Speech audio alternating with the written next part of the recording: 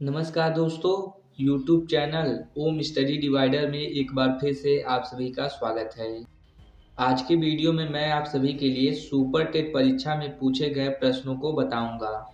यह सभी प्रश्न विषय से संबंधित होंगे जो कि सिलेबस के आधार पर बनाए गए हैं। तो चलिए बिना समय गंवाए शुरू करते हैं। पहला है, निमिष शब्द का पर्याय क्या है? तो निमिष शब्द का पर्याय है क्षण। इसके अतिरिक्त विपल और पल ये भी निमिष शब्द के ही पर्याय हैं। प्रश्न नंबर दूसरा है, मुझसे उठा नहीं गया वाक्य में कौन सा वाच्य है? तो मुझसे उठा ही नहीं गया, यह एक भाववाच्य है। तीसरा है, गोधूम शब्द का तद्भव है। तो गोधूम शब्द का तद्भव है गेहूं। गेहूं का ही तत्सम रूप है गोधूम। प्रश्न नंबर 4 है, निष्कपट शब्द का संधि विच्छेद क्या है? तो निष्कपट शब्द का संधि विच्छेद है निह धन कपट। यह विसर्ग संधि का उदाहरण है।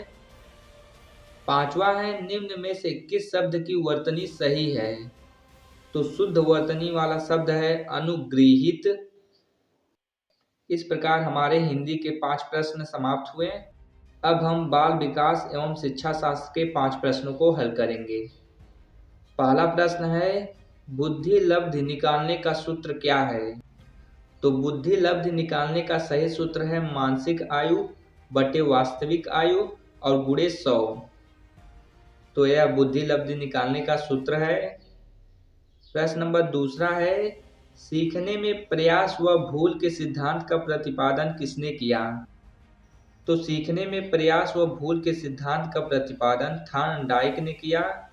थॉर्नडाइक ने अपना प्रयोग बिल्ली पर किया था। प्रश्न नंबर तीसरा है, सामान्य संयुक्त कोशिका में गुणसूत्रों के कितने जोड़े होते हैं? तो सामान्य संयुक्त कोशिका में गुणसूत्रों की संख्या होती है 23 जोड़ी। प्रश्न नंबर 4 है, क्रिया प्रसूत अनुबंधन सिद्धांत का प्रतिपादन किसने किया? तो क्रिया प्रसूत अनुबंधन सिद्धांत का प्रतिपादन स्किनर ने किया। महान मनोवैज्ञानिक स्किनर ने अपना प्रयोग चूहों पर किया था। पांचवा है, कोहलर निम्न में से किससे संबंधित हैं? तो कोहलर ने अधिगम का सिद्धांत दिया था, इसलिए कोहलर अधिगम के सिद्धांत से संबंधित हैं। कोहलर ने अपना प्रयोग चिंपैंजी पर किया था। तो इस प्रकार बाल विकास एवं शिक्षा शास्त्र के 5 प्रश्न समाप्त हुए और अब हम पर्यावरण के 5 प्रश्नों को हल करेंगे। पहला है, वन्य जीव सुरक्षा अधिनियम कब पारित किया गया?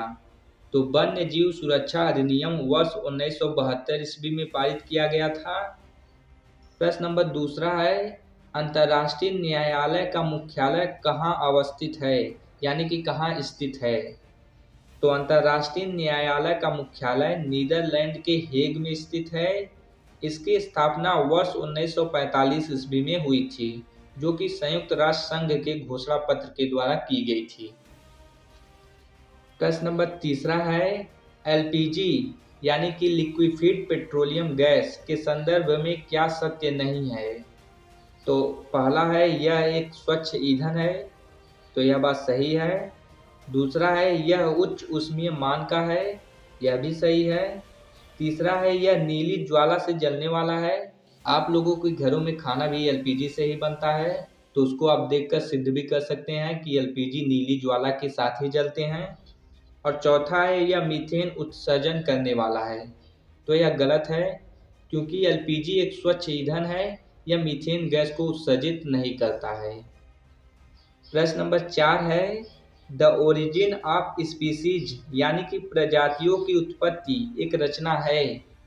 तो पुस्तक द ओरिजिन ऑफ स्पीसीज के रचनाकार हैं चार्ल्स डार्विन। पांचवा है, ध्रुव तारा किस तारे को कहा जाता है? तो ध्रुव तारा उत्तरी तारे को कहा जाता है, जो उत्तर दिशा में दिखाई देता है। तो इस प्रकार हमने 3 विषय से संबंधित 5-5 प्रश्न हल किए हैं। वीडियो पसंद आई हो तो please like share and subscribe करें।